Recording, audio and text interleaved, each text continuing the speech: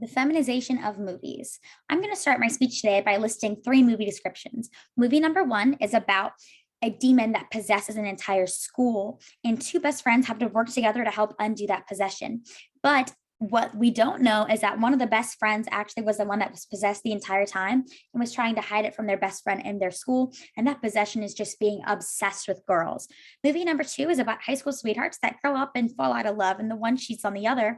And the husband now has to find his place as a man in this man's world that he was never a part of before. As he goes to the bars, he flirts pretty miserably until a young bachelor finds him and makes it his mission to make him as hot and desirable as he once was. Movie number three is about two siblings that go to the same school. One used to be popular, the other one's popular now, and they're very desired. But unfortunately, in this family, for one sibling to do something, the other has to do it as well. And that sibling that steps down from the popularity wants nothing to do with any of it, which is leaving the sibling that is now popular kind of left in the dust. And while these siblings end up growing up and meshing together, we also get to see how just because you're mean and an outsider doesn't mean that people think you're cool because of it. Now, I think those movies are pretty cool if you ask me. And the fun thing about them is that they actually are all chick flicks. I want my audience to understand that just because a movie has a leading female character, that doesn't mean you can discredit and just cast away everything because of the role of it being a chick flick. I love chick flicks. I grew up watching them. I grew up loving them. And I love that there was always some sort of happy ending at the end, whether or not it was they get married and they have a great time, or the rumors aren't true, or she gets into Harvard. Like, no matter what it was just so happy to see something end in such a positive way. And while I thought everybody agreed, as I grew up, all I heard was criticism for them and saying that they're too repetitive and they're too predictable and they're too cheesy and that they're too girly. But what's wrong with being girly? And what's wrong with being feminine in the first place? So in this speech, I'm going to be talking about the stigma around female-based movies. We're first going to start with how you would define a chick flick and how a movie would fall into that characteristic. And then we're going to talk about why women are drawn to these relationships that are shown to begin with. And then we're going to finish up with why desiring a relationship that it goes as well as these is seen as remotely feminine. And while there are many hidden and not so hidden things that we can do to compare masculine versus feminine, one of the main things is the way that we perceive their movies. So with that being said, what makes a movie into a chick flick? A chick flick is a subcategory of movies that were created that are perfect for women. This category is created by men, and it focuses on relationships and drama. And as written by a writer for This Is Gender, they say by calling a movie a chick flick, many argue that it also cheapens the work that goes into making and producing such a movie. Eventually, movies that are cast as chick flicks are going to be said that they're predictable and they're only going to fall for their intended audience. And if you don't fall within that intended audience, you're not going to have interest in watching it anymore because it's not for you. But these movies aren't made with an audience in mind. They're made for everyone to enjoy.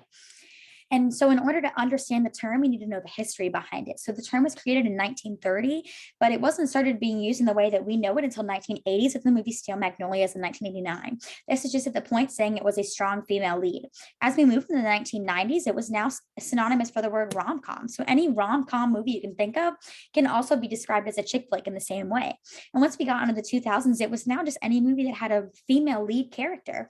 And then as we've walked into the 2010s, it's now focusing on how women aren't funny. So these movies can't be categorized as typical comedies or typical dramas because they're just for women. A critic or a writer from MTV says that some critics argue that the raunchy parts of Bridesmaids make it a chick flick / comedy hybrid, which seems to imply that being a female-driven movie and being a funny movie are generally mutually exclusive.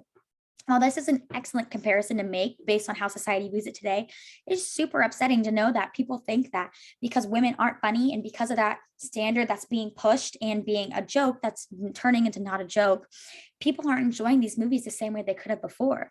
And now that we've learned about the background behind what makes a movie a chick flick, why are they still categorized in that same way? It actually is in the differences between how men and women react to situations in their relationships and how they view these idealistic relationships. So women are drawn to these relationships because they want empathy and they want to connect and support around their problems, according to the happy partners. And these movies do exactly that. At the end of the movie, there's this aha connection and support where the girl finds herself things to help her friends and family, or the man reaches out and says, I want you, I need you, oh baby, which is from 10 Things I Hate About You. But when men see this instead, they want to view their relationship problems as detached and they want their independence and to work it out on their own. So when they see these men on screen and asking for help and using this connection to like finalize that relationship, they're going to unfortunately view it as weak due to the way that they're like processing these situations. And referencing back to my first article back with Miss Balick, it says that these movies are targeted at and associated with a specific gender identity, implying that real men are not supposed to enjoy them while women are. A lot of this unfortunately revolves around how real men should be reacting to these situations. And although the psychological meaning is explained, it doesn't explain why love equals like femininity. So why is desiring a relationship feminine? According to Francesca M. Cancane's The Feminization of Love, the reason behind love being a feminine trait, as both boys and girls have a strong identification and intimate attachments with their mothers. Since boys grow up to be men, they must repress this early identification, and in the process, they repress their intimacy, the capacity for intimacy. And this is even being pushed today as you need to be a manly man and you can't show your feminine side. And this is shown today as modern slang, like using the word simp when saying that a man is showing love and support for his like significant other. Instead, it's being made fun of and saying that, well, you're being too feminine. So why would a man want to show off his masculine side to the public eye if he's just going to be ridiculed for it?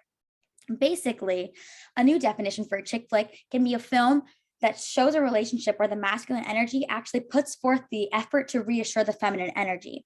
Now, it doesn't seem like the word chick flick is just a pretty meaningless term now, considering how the term has evolved from where it started to where it is now. It's just another way to condemn women for their interests and to put them down and embarrass them for things that they shamefully used to enjoy.